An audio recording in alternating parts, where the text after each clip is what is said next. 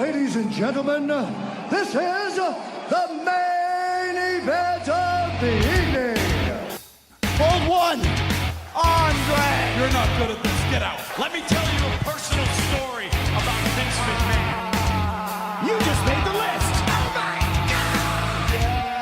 Sorry, no speak English. Dummy. Goodbye and good night. Hold two, on bar. It's still real to me, damn it! Dummy. This is the worst town I've ever been in. Hold three, Lamas covers. Three-handle family Gradunzel. Mamma mia! And now, Unchained.Media presents the B Plus Podcast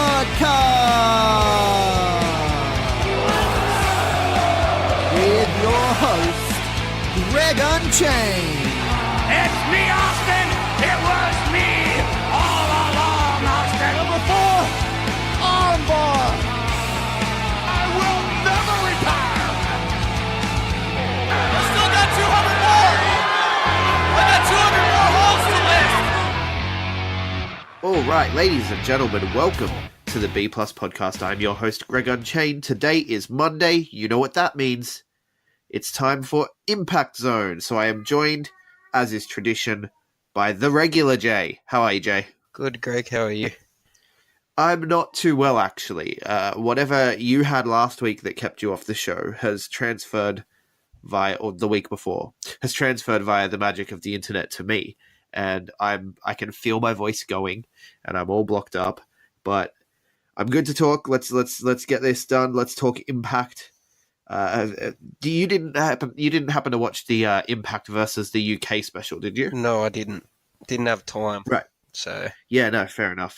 So it took place at the MediaCon, which happened over the weekend, which had it had the British J Cup was on there as well, and a bunch of other things. The NWA World's Champion #1 contender match was decided there. So there was a lot going on at this MediaCon weekend, and Impact did a special, which they streamed live on Twitch. Really not a lot. It's similar to the one night only events where it's not really something that you need to watch to stay up to date with Impact. It's sort of like alternate universe stuff. It's just house show matches kind of thing. But a couple of matches that were worth watching. Trevor Lee versus Rich Swann versus Matt Sydal. A really good triple threat match. I like being able to see Trevor Lee do stuff that's not just, being in a jobber tag team. It seemed like it ended abruptly, like the ref counted wrong, and it wasn't supposed to end the way it did, but because it won on like a package roll up, but it was still a good match. Then the other ones to talk about are LAX versus Jody Fleisch and Johnny Storm, who are two UK wrestling legends, and those guys tore it up. That was a fantastic tag team match. Eli Drake and Joe Hendry kind of had a repeat of their match that they had on Impact a few weeks ago, but the main event was Jimmy Havoc versus Sami Callihan in a barbed wire baseball bat match. I heard that was ridiculous. I did see that. Apparently, it was a ridiculous match. Yeah, did you see the closing spot with the double foot stomp onto the thumbtacks? I actually did. Yes, I did. Yeah, so Sami Callihan removed Jimmy Havoc's boots. And later on in the match, Jimmy Havoc thought it was a good idea to go for a double foot stomp. Sami Callihan moved, and he landed feet first Straight on the onto the thumbtacks. Yeah, then ate a stump pile driver, and they were all in his head. He was already busted open, and you could see the thumbtacks sticking into it. It was pretty brutal. It's unbelievable. Pretty brutal. Just proves Sami Callihan's a nutcase. Yeah, well, so's Jimmy Havoc, man. Yeah. So's Jimmy Havoc. Is insane with the matches that they do. Yeah. But that was all I wanted to talk about from the UK stuff. There wasn't really a lot going on, but some good matches worth watching. Yeah, well, if you're an Impact guy, watch it. Don't be like me and be too busy. Yeah, well, I mean, life gets in the way. The only match that you'd really want to go out of your way to watch would be the Jimmy Havoc Sami Callihan match. Yeah. That's the only one that's really worth making time for specifically. But with that out of the way, let's talk about Impact itself. So Impact Wrestling this week on TV. It's a pretty good show. We're chugging along towards Bound for Glory. Yeah, so pretty much what Impact are doing at the moment is they're they're not going into the storytelling as much as they were a couple of months ago because they're building towards Bound for Glory. So the stories are sort of slowing down a bit, but the in-ring quality's staying. The in-ring quality's completely staying. It's always there. It's just the stories are simmering down a bit just so they can start preparing for Bound for Glory. Yeah, I feel like they're actually going a little too slow. Like I'm kind of looking at it like Bound for Glory is a couple of weeks away, and I'm not quite sure what's happening. It's just building. It's just a big build towards Bound for Glory, I think. So the show started with Austin Aries, Moose, and Killer Cross coming into the ring with those ridiculous golden lounges. Gold couches, yeah. Just to prove that. Did you notice as well that they're calling Moose Money, not just Moose? Yeah, what was the crowd calling him? I think they were calling him Douche. Yeah, that's it. Douche. And Austin Aries is like, yes, it's a good idea to stay clean. So it's awesome what they're doing here. But yeah, Moose Money is an awesome name as well. Well, I just think it's funny because you got Austin Aries, double A, Moose Money, double M, and Killer Cross. Killer Cross, double K. Yeah. So, So Eddie Edwards is destined to join the group. Imagine that. That would be ridiculous. It was the first thing I thought. Like, they're calling him Moose Money. They're all doubles. So now we need Eddie Edwards to join or change his name. We'll say, listen, it actually doesn't actually seem that crazy because remember Moose, when he had his feud with Austin Aries, he was put in hospital with a concussion, contemplating if he was ever going to wrestle again, and now he's Austin Aries' best bud. Right. So it's not on the realms of crazy. It's true. Eddie Edwards could actually come out of this. They could do a triple threat at Bound for Glory, and then Eddie Edwards turns as well. They could. They could, Yeah. and I would not complain. I think the stable would be a little bit OP if that happened. Yeah. It'd probably be like it kind of reminds me of them being the main event Mafia, in a way. Oh, don't say that. Ugh, The old TNA gross. days. No, just in terms of dominance. Yeah, fair. Yeah, like how it's just stacked with top guys. Yeah. That would be them. But anyway. Samoa Joe was in the main event Mafia, right? For a while, Yeah. yes. Yeah. Yes, they had Crazy. pretty much stacks of talent. But anyway, so Moose came onto the mic and said that he's going to check on Eddie's wife, and Austin told him to bring her a 6-pack of beer. Yeah, a bit of a jab. And then we've got a drum roll because we've got Greg's favourite people coming out. Yeah. KM and Falabar. Yeah. Even I was like, what the fuck's going on here? I thought it was great, though, because Austin Aries turns around and goes, whose music is that? Like, these guys are so not on his radar. He doesn't even know their music. And Austin Aries plugged his book. Yeah, you guys are out here to buy my book. And said we're not allowed to fat shame anyone anymore. Not allowed to fat shame. Yeah, he's like, you need to lose weight. Oh, wait, I can't say that. You're not allowed to fat shame. Yeah. That was pretty good. Yeah. That was pretty good. And then KM said that Aries was not the greatest man alive or the greatest man that has ever lived, but he was a liar and an absolute horrendous world champion. Absolutely horrendous. And then did Aries say that KM was never a world champion? Yeah, Aries responded and he's like, oh, yeah, well, you were a really great world. Oh, that's right. You never were a world champion. Yeah.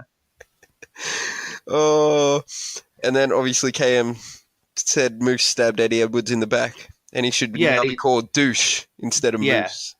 Well, I think he called him Deuce, but he said that, we're real friends. Like, I'm real friends with Falabar. I have his back. That's what friends are supposed to do. And I'm like, you guys were like turning on each other and having fights a month ago until like a week ago. Yeah. Until what, 2 weeks ago was it when Scarlett Bordeaux got him on the same page? Yes. Like, come on. But he did reference Scarlett Bordeaux as well and credited her with them being so close, so that's good. But ultimately, Austin Aries says, I'm going to give you a world title shot because I'm feeling generous. And obviously they shake hands. How impressed was Don Callis after this too, might I add? Oh yeah, no, he was me. He was me. He was just like, why? Do you know, why would you do this? Don Callis is very involved in the company, so he obviously has some sort of planning to do. Yeah, he's Booker Man. Yeah, And for him to have this reaction, it's just awesome. yeah. Like, it just makes it so much better. I don't know if you get that vibe, but I definitely get that vibe, so... No, I do. I think sometimes he tries to be the voice of the fans, like the cynical fans. Like a fan like me who's cynical and thinks Falabar is a complete idiot. Don Callis on commentary just completely... This guy's a complete idiot, you know? Like, he has no shame about saying it. I love that about Don Callis. That's awesome. So, after that, we got the Lucha Brothers versus Caleb Conley and Trevor Lee. Yeah, Cult of Drake. Although they seem to be back to just being the Cult of Lee now. That Eli Drake stuff's finished. Yeah, I found it pretty funny when the Cult of Lee... was it Trevor Lee or Caleb? Which one was it that tried to shake the fans' hands? And the other guy pulled him back? Yeah, Caleb Conley tried to shake and Trevor Lee pulled him back, yeah. Yeah, that was pretty funny. I had a bit of a chuckle about that. Yeah, the match itself was actually pretty good. It was good to see them have a competitive match and not just be jobbers. Yeah, well, see, I think it was a good way to go, because obviously the Lucha Brothers need to build before Bound for Glory. Like, you don't need to build them, but obviously they need to have some strong showings before Bound for Glory, because it's one of their main cards. And this match is probably going to be, the six-man tag match is probably going to be up there in one of the must-see matches. Yeah, it's going to be one of the best matches on the night for sure, if they give it the right amount of time. So this match was a good way to do that, and yeah.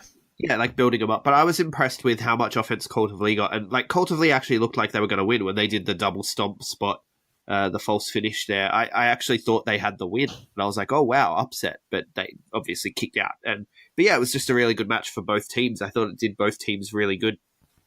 Yeah, no, it was good. It was good, and then Pentagon Jr. got the finish with the spiked fear factor. Yeah. And then OVE jumped on the satellite to trash talk the Lucha Brothers and say they're going to face off at Bound for Glory. See, yeah, what was with that? Because Jake Christ was just copying everything Sammy did, like mouthing the words. What was with that? I don't know. It was so weird. I don't know, but what I felt weird about too was because Pentagon's a Spanish-speaking luchador, and yeah, how does he understand these guys when they? Well, I saw him speak English on MLW this week, so he actually he's not quite as fluent as, or he's not quite as clear in his English as Phoenix is, but he's solid. Yeah, but see to me, because I only really watch him in Impact and Lucha Underground, so right. I know him as a Spanish-speaking luchador that can't understand English because he always speaks in Spanish. Right. So, how does he understand them? If I didn't, like within tell me just then, yeah. If you just didn't tell me just then, I would have assumed that he didn't understand English, and I didn't. And I was like, what the hell, dude? How's he even understanding him? Oh, maybe Phoenix translates, you know? Yeah, could, but no, but he does. I think he does understand English. He just may not necessarily speak it as well. Yeah, and true. So he cuts his promos in Spanish. Yeah, I guess. I'm disagreeing with you on this one, but I'm going to disagree with you sometimes, and I'm disagreeing with you right now. So you think he doesn't speak English, like in kayfabe? Yeah, well, that's what assumption I'd have. Because and so he's standing there like, well, in that case, he watches all the shows. Like, I have no idea what's going on. Yeah. Why is fat Asian man fighting for gold? Yes. This makes no sense brilliant. to Zombie Pentagon. That was brilliant. I also, I got to add, I did like Phoenix's Pentagon zombie face paint. Yeah, the way they've got them looking more like a tag team, I really like that. That was awesome. Yeah, the Lucha Brothers are featured in this month's Pro Wrestling Crate, but like the thing is with Pro Wrestling Crates is they don't tell you ahead of time what you're going to get. It's a surprise when you open the box. Yeah. And so, but they tell you who is featured. Now, I know that there's an AJ Styles shirt because they did advertise that this time, but there's always two shirts. I'm hoping there's a Lucha Brothers shirt. Yeah, that'd be awesome. That'd be amazing. You'll be sending that one to me, won't you, Greg? No, I will not. I'll be wearing it to Melbourne and rubbing it in your face like, look at the shirt that I've got. And guys, there will probably be a robbery in Melbourne in October on the news. You won't fit into my shirts anyway. You're tiny. Mate, it's called... Regular J is a tiny human being. It's called a dry cleaner for a reason. It's a dry cleaner for a reason. You'll be able to shrink that shirt. All right, but moving on, Fala Bar is worried about his match, saying, bar. I assume he's worried based on how KM reacts. I don't know, because all he's saying is fucking bar.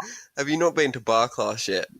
No, I have not been to bar class yet. I refuse, and when I tried at the local TAFE, they were all booked out. Also, $3,000 for a 2-day course. Come on. That's the going rate for TAFE fees. Let's not get political. No, but KM pumps him up and he's like, you can do this. Let's go get some advice from former champions. And immediately in my head, I'm like, Eli Drake? And of course, Eli Drake. Yeah, as soon as we come back from break, they're running around. And now this actually made me laugh. I've said before, KM never makes me laugh. When he held up the pinata, I was like, Eli? I don't know why. Maybe it's because I'm on way too many medicines right now, but I found that hilarious. It was good. It was very good. We were looking for you. We couldn't find you. We looked at the ATM, but you're right here next to the ATM. It was brilliant. It's good. You just, if you get past that, if you look past that hate, you'll realize they're good. This episode, they actually kind of won me over a little. Let's see how they go next week. We'll see. A little, We'll see if we have this same chat next week. The flashback moment featured Kevin Von Erich. Yeah, introducing his sons. They had a match against the Bro Nation, who I really like the Bro Nation, by the way. Oh, yeah. That match was actually really good. Yeah, it was DJZ's former team. Yeah, normally I skip through the flashback moments, but this is from a time when I hadn't been watching Impact and I hadn't been keeping up with Impact. And I watched this match and I was like, I might need to go back on the network and watch some of the shows from this period because it looked pretty good and the crowd seemed really into it as well. Yeah, no, I enjoyed that. It was good. Yeah. It was good to see a good flashback moment for once. Yeah, one that actually introduced me to something new as well. Yeah. It wasn't one of these, like, because a lot of the time they do the classic moments like the big parking lot brawl with all the main event mafia and when everyone was getting involved. All that stuff. Like, it's all classic moments that have kind of gone viral, and that you knew about from reading the internet anyway. But this, I didn't know that the Von Erichs had a match against Bro Nation. Neither did I. It was new to me as well. So it was cool to see. And then Alicia, is it Altoot? Yeah, Alicia Atoot. She said it herself on All In. She said, "Hi, Alicia Atoot here." So it's Atoot. Okay, I'm glad. I know now. I'm glad we've got that cleared up. We finally have it cleared. It's Atoot. So Ali, it's very Canadian. Yeah. What's this all Atoot? Yes. Ali had a interview pretty much, and it was the same as every week, saying. Oh, Kira was there, but Kira said nothing. Yeah, it's pretty much. I like Kira better than Ali. I like Ali, but I like Kira. Yeah, it was pretty much the same as every week, saying that she was terrified of Su Yung and her reign of terror is far from over, even though she's not champion. So it's pretty much the same. Yeah, and then you got a Tessa promo, which was pretty much the same as well, just being like, everyone else is fooled, but I'm not fooled. I see straight through Ali. I was like, okay, this is a lot of treading water. And I don't know her anything. Yeah, it's got to be the case of what we talked about last week. They're the only credible contender, like I said, maybe Rebel, but probably Taya is the only credible contender. So they're probably waiting until they go to Mexico to have that revealed. So they were just like, we need to put Tessa on this week, film an interview. Yeah. I think that's what's happened. It's got to be. Because I don't think the women's division in Impact isn't as strong as what it used to be. Yeah. The knockouts division, isn't as strong. Branding, buddy. It's all about branding. Yeah, no, it's definitely not. But moving on, we got Alicia Edwards and Katarina having a match. It wasn't really a match, though. Yeah, it was more of a Joe Hendry Grado story build. Yeah, so they came out and Grado couldn't he tried to talk, but he just couldn't get the words out. Which was, see, I've been very critical of this angle, like I said last week, but Yes, you have. I'm slowly starting to like Grado a bit more in his character. Slowly. So we're coming to the middle. Like, I'm like, oh, KM and Father Bar weren't terrible this week, and you're like, oh, Grado's getting better. Just, I like his character more now. Like, I've started enjoying it. Because he ditched Katarina, right? Because he's like, no, me and Joe Hendry are mates. Yeah, and because I like Joe Hendry and I think he's a really good wrestler. And I just the character's starting to grow on me. Yeah, fair enough. It could just be a time thing too. That's what I'm thinking with KM and Father Bar. I'm like, I actually don't like them. It's just the Impact keep putting them on, and it's weakened me. It's made just maybe that's why you're sick. You know? That's why I'm sick. They've hammered down my immune system, and now I'm infected with bar.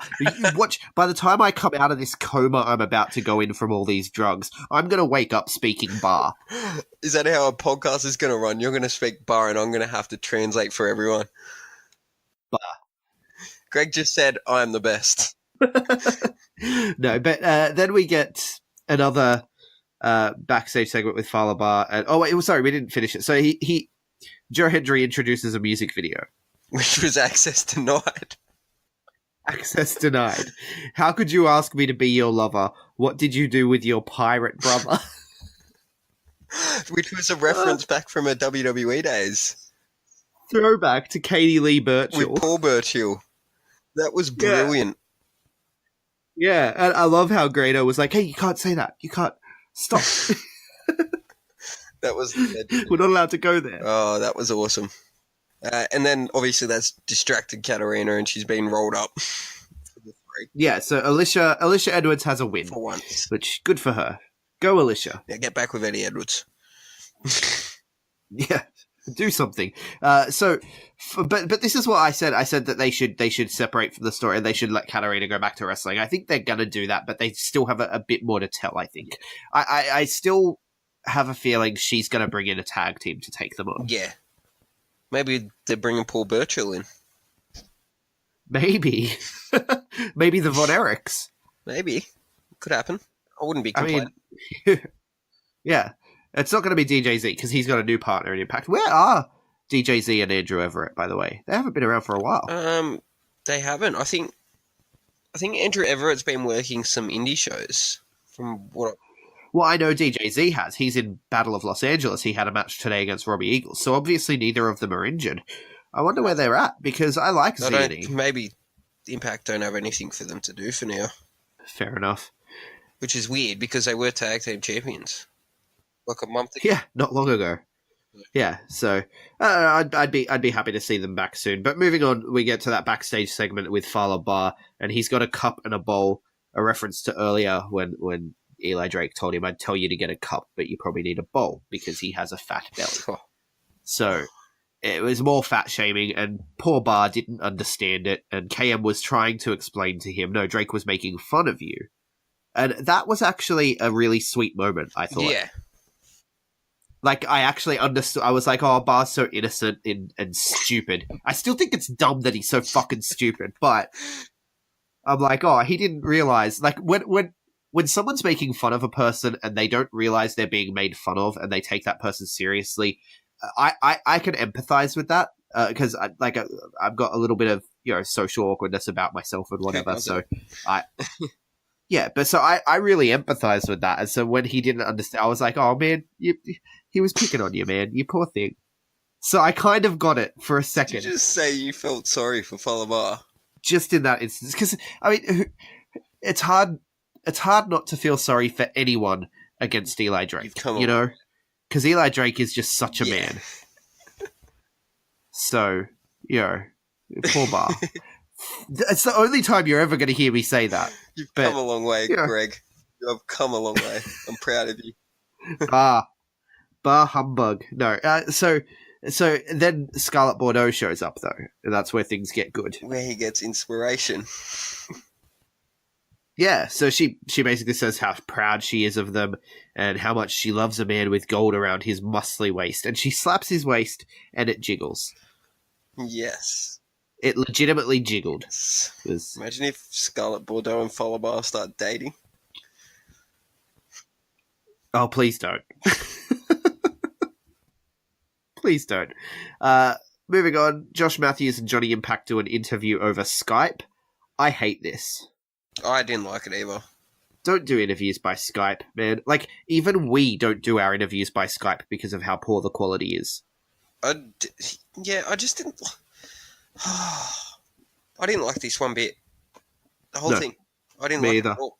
Yeah. Like, they didn't even say anything insightful or especially interesting. Like, what annoyed me as well was, like, the longer I spend in the business, the more frustrating my injuries get. My neck's damaged, my elbow's damaged, but hopefully I'm back in time for Bound for Glory. Like, don't bullshit us, Johnny Impact. We know you're going to be there. We know. Yeah. We're not Yeah. Yeah, it's one of those things where, like, we can't actually buy the angle. Like, it doesn't feel real, but they want to sell it like it is. Yeah, like, don't play that. Like, some fans, don't get me wrong, some fans are stupid. But but we're not all that stupid. Yeah. Like, I just didn't like this. Didn't. No, fair enough. I wasn't a huge fan of this segment either, which sucks, because I am generally a big fan of Johnny Impact, so... Oh, yes, definitely. Definitely. I can say that I am myself. I reckon he's awesome, but it was just not for me. Right. And then we had the Fraternity in a tag match against LAX. The Fraternity, I liked them. Yeah, put in a nice showing. Like, for a jobber tag team, like, because they came in, they did their job, they didn't do anything special, they didn't steal the show or anything, but they had a look, and they had a vibe where I'm like, I could see these guys as a proper tag team here. Especially their gimmick as well. Yeah. I really enjoyed the gimmick.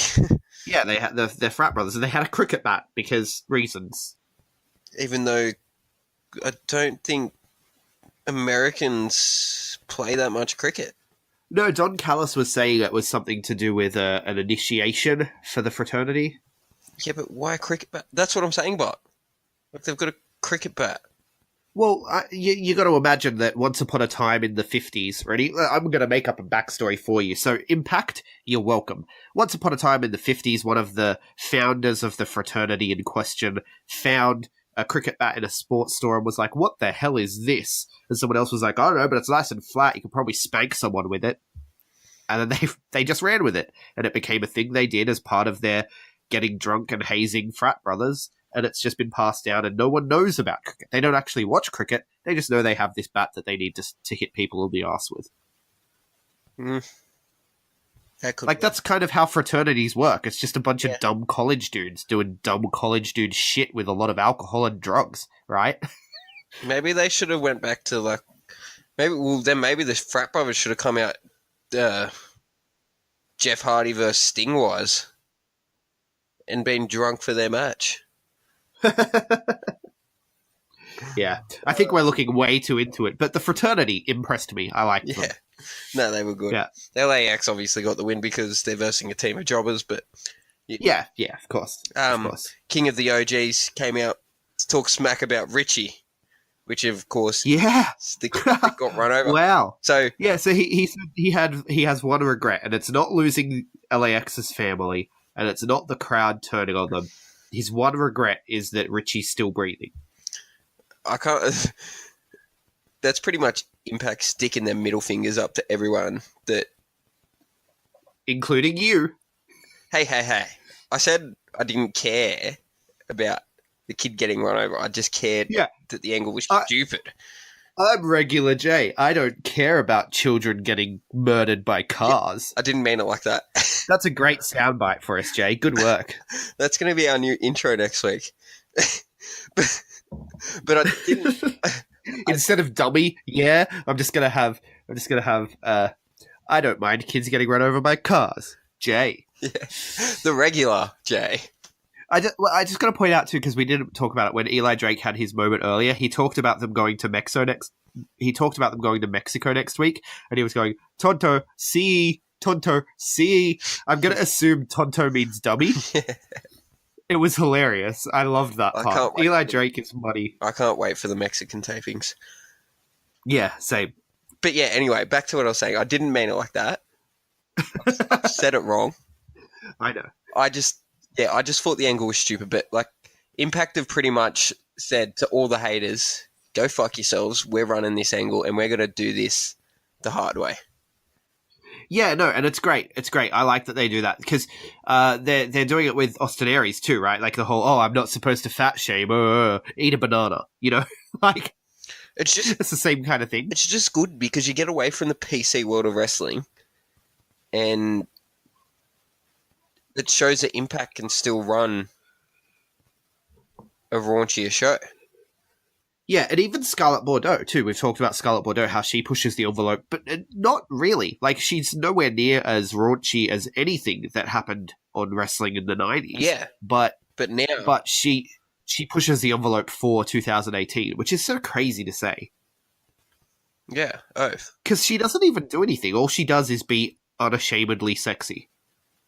Yeah, That's all. Right. That's all. It's weird, but it's really good to see Impact sticking to their guns.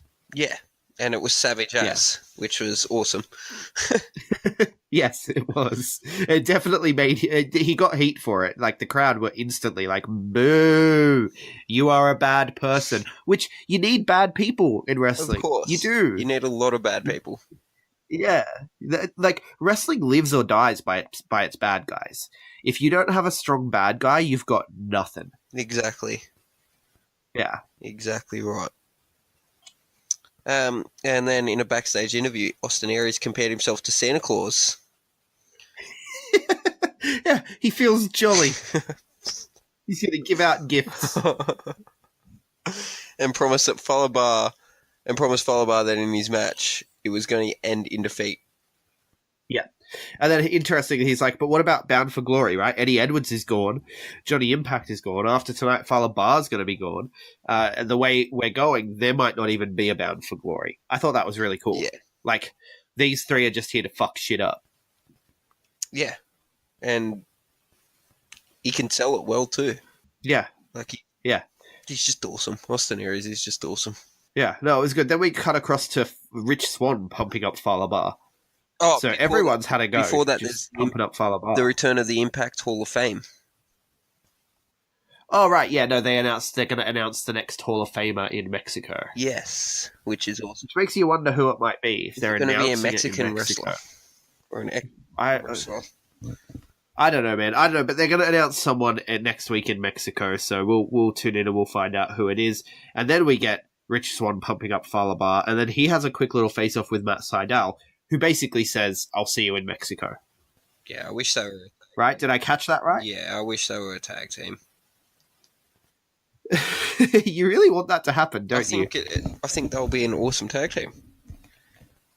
Yeah. Well, I think that they'll have a quick little match, and then Rich Swann will go on to try and challenge Brian Cage. Or they'll have a match, and then Matt Sydal will win, and Rich Swann joins tag team called the Third Eyes.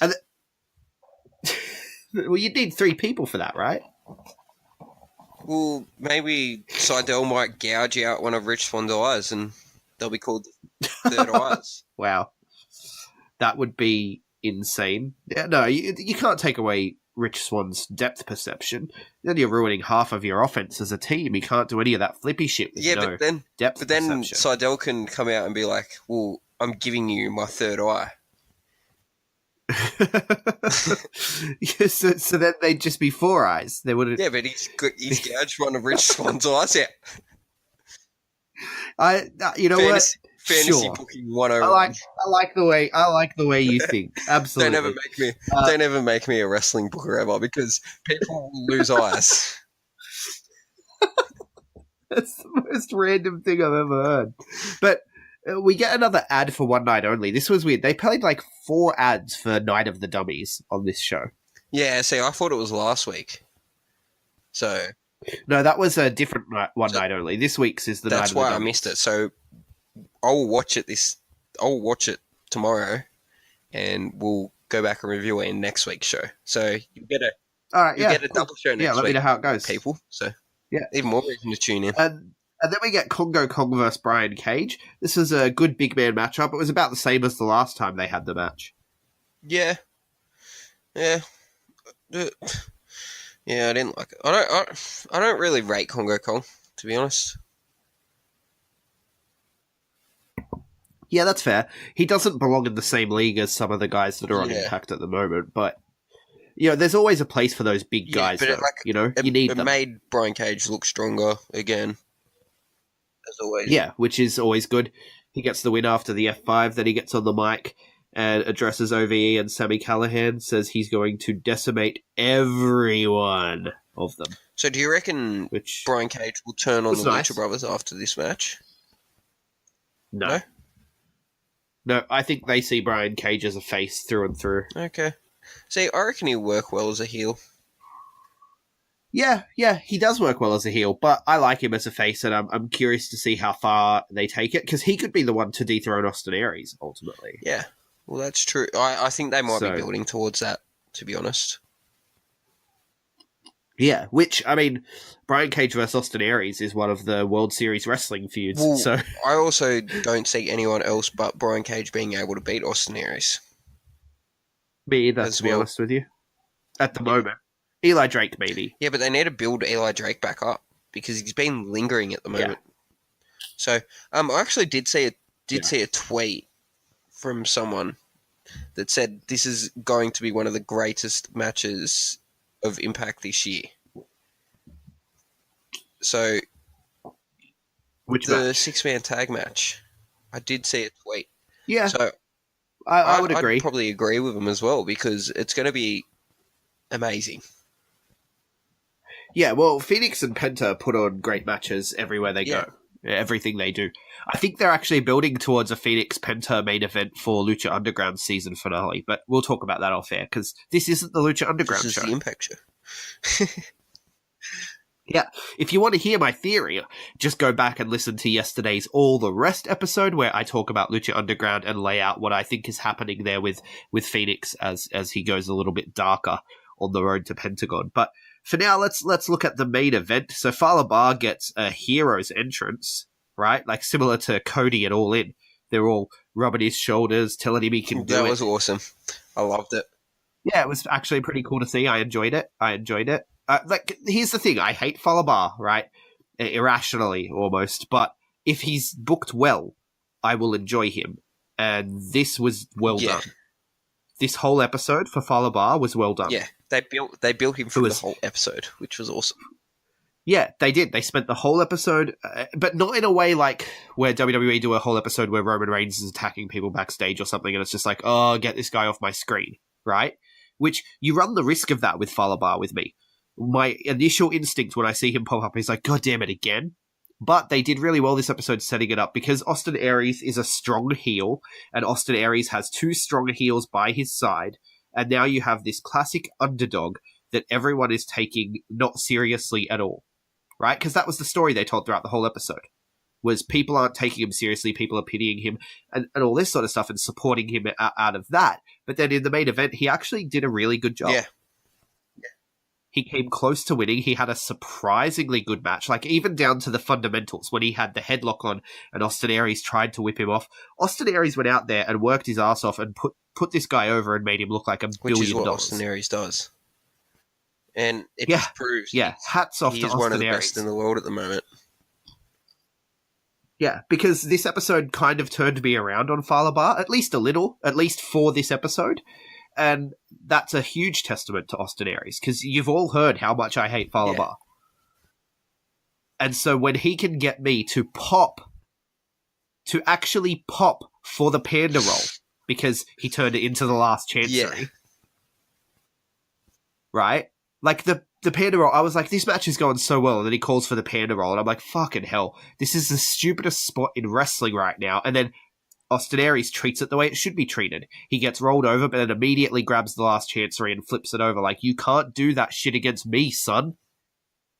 It was an amazing moment in a really good, surprisingly good, better than it had any right to be match. No, I loved it. I reckon it was a great main event.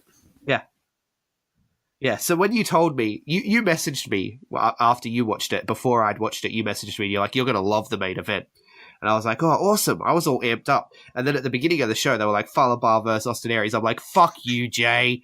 God damn it.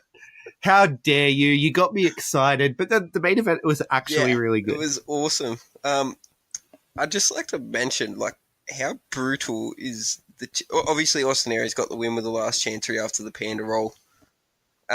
Yes. And KM got in the ring, and Moose and Killer Cross just went for him and destroyed him with that chair shot on the The chair shot. Brutal. Yeah, and you've got to think: does that make Fallah Bahh even more enraged? Could we see Fallah Bahh actually get a win over Imagine maybe a Moose? well, Johnny Impact can't compete at Bound for Glory. Here's your challenger, Fallah Bahh, and your winner and new Impact World Champion. All right, no, let's not go that far. No, I think that it's going to be Eddie Edwards and Johnny Impact taking on Austin Aries in a triple threat match. That's what I think. And we happen. could get the super stable. Yeah, but we could get Fallah Bahh versus like Killer Cross earlier in the night or something similar. You know, with KM at ringside in a wheelchair. It'd be played up so bad too. Like I can actually see that. Oh, it'll be cheesy as hell. It will be. I can see. I can see Fallah Bahh coming down. KM coming down in a wheelchair. I 100% can, and getting pushed off the ramp. Something like that, you know. I don't know. I am looking forward to Bound for Glory, but I do still think it's not quite as built as it should be. Like by now, we should know. Like think about when they did Slammiversary. I loved the way they built the main event for Slammiversary because it felt like a big title fight, right? Moose, Austin Aries, and they don't touch each other. They're never in the same ring until it's time to go, and I love that kind of. See, they've got to try and make Bound for Glory big because that is pretty much their WrestleMania. I know you may disagree and say Slammiversary is more their WrestleMania. I think they have two. I don't think either one is a WrestleMania. Sort of how WrestleMania have WrestleMania and SummerSlam, but WrestleMania is clearly the number one. I feel like Impact have a WrestleMania and SummerSlam that are on the same footing, and that's Bound for Glory. See, when I was watching Impact, well, TNA back in the day, Bound for Glory was their WrestleMania. Like Slammiversary. Yeah. And Bound for Glory has sold out as well, by the way. Impact. And is awesome. But that does it for us. I think, do you have any news that you wanted to talk about related to Impact this week? See, it's hard to find news on Impact without coming across spoilers? Yes. Yeah. I've got a couple of things that I came across. Apparently, both WWE and New Japan Pro Wrestling are very interested in Killer Cross. Well, Killer Cross was in WWE beforehand. Was he? As some, I forget what his name was, but he was in the WWE NXT. Okay, I didn't realize that. Yeah, but yeah, apparently they're interested in him because he's got such a great look and such a great character, and he's doing some good work. So I hope that New Japan get their hands on him and not WWE, because if he's working with New Japan, he can still work with Impact. Oh wait, sorry, I'm thinking of someone else. He was never in WWE. He only started wrestling in about 2015. Yeah, so he's been in AAA and stuff, but not... Yeah. New Japan can sort of get him across anyway. Yeah, they work together. Yeah. Yeah. So it won't really bother Impact if New Japan get him, because they can sort of do a talent loan or something. Yeah. Whereas WWE is an entirely different story. So hopefully we see him in New Japan soon. Hopefully he doesn't get the sign from WWE, but I don't know what his contract's like. I talked about all this on All the Rest yesterday, and something else I talked about on All the Rest yesterday, but I haven't spoken to you, Jay, so I'm going to let you know. It looks like, the latest news, it looks like Phoenix and Penta are not going to WWE. Yes. So initially what had happened was it sounded like they were going to go. It looked like they were going to get put in a stable with Rey Mysterio. Now, Rey Mysterio has been out and he said, look, I haven't signed anything yet because WWE are just waiting on some things to fall in line. Penta and Phoenix, we found out this week, have a Lucha Underground contract that says they can't be on TV they have a non-compete other than their other contracts they already had. So like MLW is fine, Impact is fine, but they can't go to WWE. They can't sign a new TV contract until 6 months after season 4 finishes. Is that the actual tapings or? No, the airing. The airing. And when does the airing finish? Well, Ultima Lucha, I think we're about halfway through the season. So you're looking at about another 12 weeks, another 13 weeks. Okay. And then 6 months after that. So I middle of next year, pretty much. Yeah. And so it looks like they weren't taking any bookings for 2019, but now they have started taking bookings. So I think what has happened, my speculation, and it's pure speculation based on all these bits and pieces that I've read. My speculation is they were talking to WWE. WWE wanted them and Rey Mysterio all together as a faction, because it looks like WWE are getting into pushing factions at the moment, but we'll go beyond that. So it looked like they want all three as a faction, but they're not going to sign any of them until they can get all of them. So Rey Mysterio is still doing more indie dates because he has to wait for the Lucha Brothers. He has to wait for the Lucha Brothers non-compete with Lucha Underground to end. So I think they'll probably end up in WWE sometime after WrestleMania next year. Okay. That's my theory. That does make sense, but that does make a lot of sense. Yeah, because otherwise, why is Rey Mysterio still not there? Because Rey Mysterio was supposed to go straight after All In. Well, he was supposed to. Yeah, apparently he signed at after SummerSlam. Yeah, so he has said that nothing has been signed because they're waiting on some other things to fall in line. So that has to be it, in my opinion. Yeah, I agree. Yeah. I 100% agree. Which, honestly, I want them to go there, and I like the idea of them being a faction. But I'm really happy that we're going to get them for another year. Yeah, just stay in the Indies. Because I like the work they're doing at the moment. Yeah, stay in the Indies. Don't go to the evil side. Yeah. But with that, we're going to cut it short. We're a little bit shy of the hour, but that's okay. I have a terrible sickness and I need to go to bed. So You done well. I think I powered through as best as I could, but I've run out of. I'm sitting here in my little studio, and I've run out of water and I've run out of tissues. So that's it. We're done. Where can people find you, Jay? I just actually got a new Twitter. So hey, welcome to 2018. Welcome to 2014. You can find me at Twitter at the regular J. Give me a follow, please, because I'm struggling for followers at the moment. Oh, we all are. Twitter is a cesspool. It's very hard to get followers. So if you could give me a follow, tweet me whatever, do whatever you can do on Twitter to make me big, make the B+ big.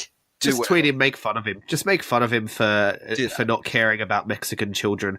Yeah. I am at Greg Unchained on Twitter, at the Greg Unchained on Instagram. We collectively are the B+ Wrestle on Twitter because wrestling wouldn't fit. We are the B+ Wrestling everywhere else. That's Facebook, Instagram, YouTube, Spotify, you name it. We're there, taking over the world. Please leave us a 5-star review on iTunes if you feel so inclined. Like, share, subscribe, and thank you so much for listening. Hold one. Arm drag. You're not doing this. Get out. Let me tell you a personal story about Vince McMahon. You just made the list. So, no speak English. Goodbye and good night. Hold two. Arm bar. This is the worst town I've ever been in. It's still real to me, damn it! Hold three. The moss covered.